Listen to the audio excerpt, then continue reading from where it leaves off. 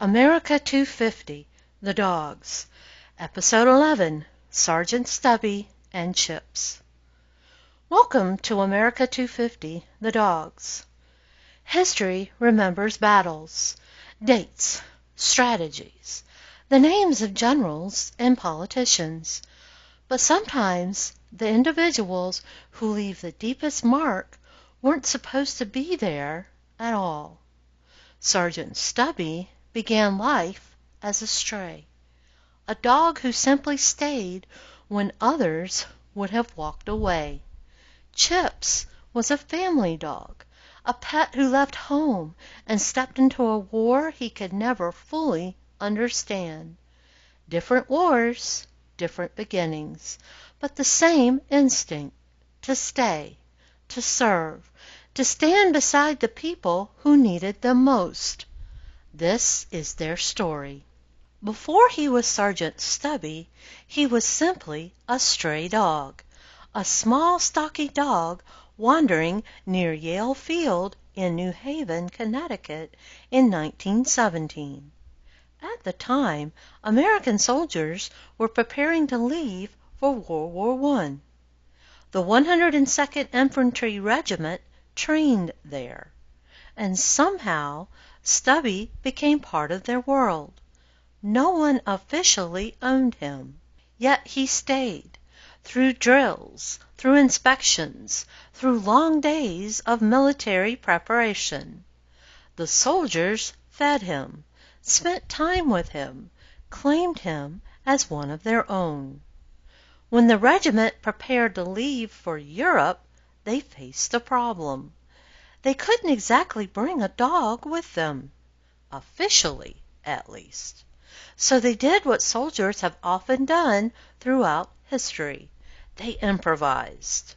Accounts tell us that Stubby was smuggled aboard the troop ship SS Minnesota. The dog remained hidden during the voyage across the Atlantic.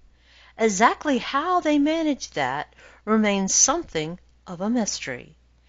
Anyone who has ever owned a dog understands the challenge. Dogs need food, water, exercise, and they are not always quiet.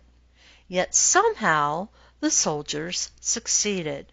One story says that when Stubby was eventually discovered, he responded by raising his paw in what appeared to be a salute. Whether every detail happened exactly that way is difficult to prove, but the result is clear. Stubby stayed aboard, and he reached France. At first, he was simply a mascot, a reminder of home, a familiar face in an unfamiliar world. War has a way of changing roles. What begins as something small often becomes something important. Gas attacks became one of the defining dangers of World War I. Poison gas drifted silently across battlefields and trenches. By the time soldiers realized what was happening, precious seconds had already been lost. These seconds often determine who lived and who died. Stubby seemed to notice danger before the men did.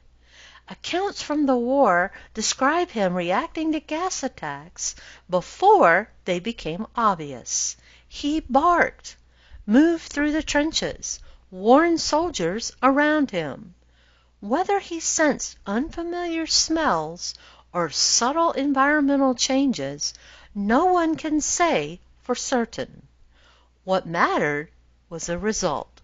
The men paid attention, and those warnings gave them time.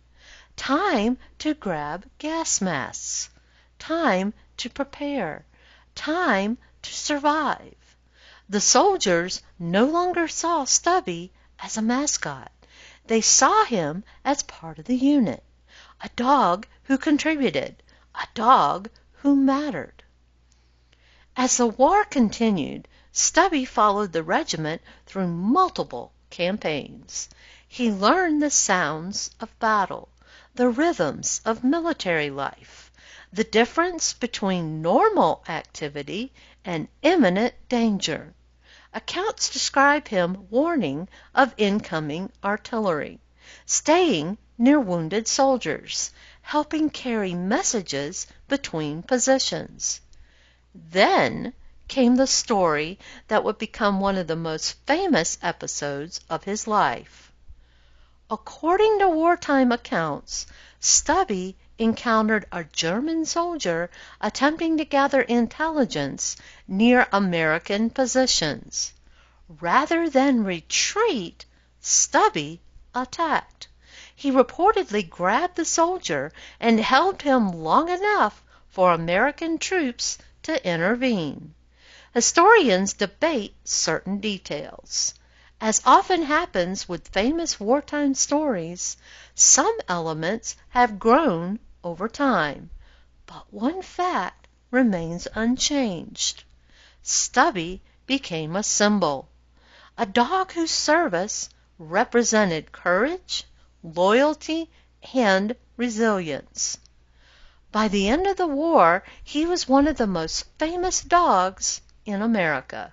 When the fighting ended, Stubby returned home, and America embraced him.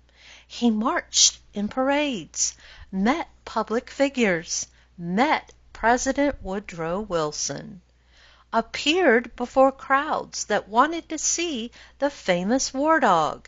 His decorated blanket became one of the most recognizable symbols associated with his story. But perhaps his greatest contribution wasn't what he did during the war. It was what he represented afterward. Stubby helped Americans see military dogs differently, not merely as mascots, but as capable partners, animals whose contributions could genuinely affect outcomes. That idea would not disappear. It would grow. And in the next war, America would put that lesson to work. When World War II arrived, the United States approached military dogs differently. This time, dogs were not simply discovered by soldiers. They were recruited, trained, assigned. Programs such as Dogs for Defense encouraged American families to donate dogs for military service. Thousands answered the call. One of those dogs was named Chips. Unlike Stubby, Chips was not a stray. He had a family, a home, a normal life. Then he was donated to the war effort, and everything changed. Chips came from Pleasantville, New York. He was about 3 years old when his family donated him in 1942. He was a mixed-breed dog with ancestry that likely included German Shepherd, Husky, and Collie. Strong, intelligent, alert. Exactly the kind of dog the military wanted. Once accepted into service, Chips entered the Army's War Dog program, the Canine Corps. Unlike Stubby, whose contributions emerged largely from instinct and circumstance, Chips underwent formal military training. He learned discipline, patrol procedures, sentry work, threat detection. He learned how to remain calm under pressure, how to alert handlers without creating panic, how to identify unusual activity before it became dangerous. After training, he joined the 3rd Infantry Division. Then he deployed overseas. In July of 1943, Allied forces invaded Sicily. The fighting was intense.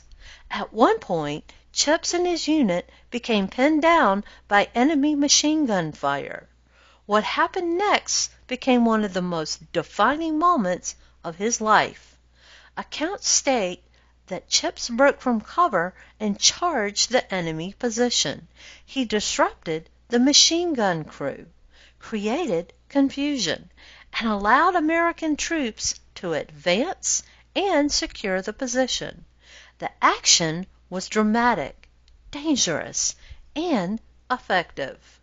The Army initially awarded Chips the Silver Star and the Purple Heart.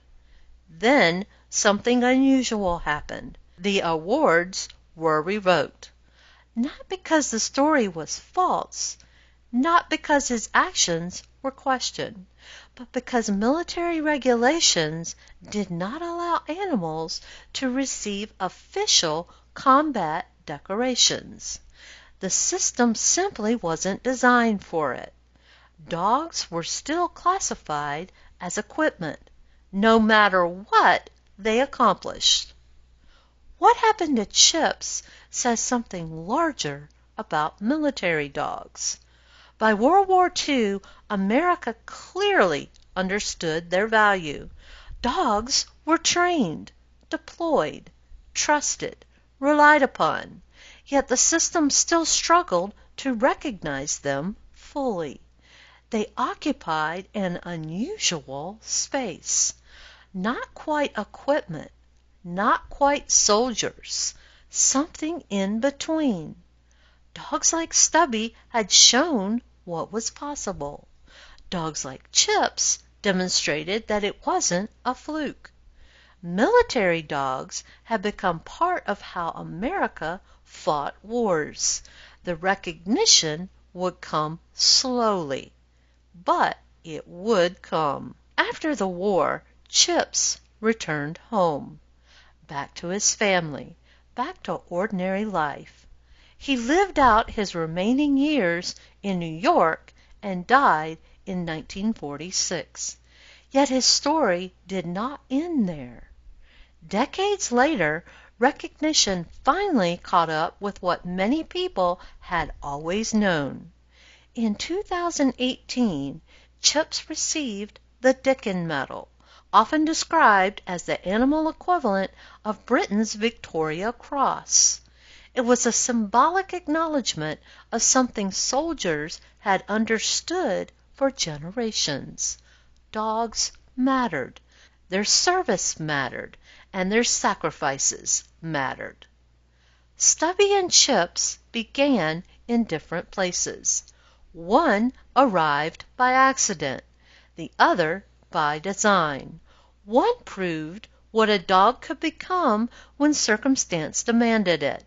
The other proved what could happen when a nation intentionally developed those abilities. Together, they represent a turning point, the evolution of the American war dog, from instinct to training, from mascot to military asset, from being overlooked to being recognized. Different paths, the same truth. In the moments that mattered most, they stayed. Thank you for listening to America 250, The Dogs. Join me next time as we continue exploring the remarkable dogs who helped shape American history. Because in war, people quickly learn who they can trust. And for generations of Americans, that answer often stood on four legs. Because then, as now, we were a pack. I'm Andrea LaGrow, and I'll see you next time.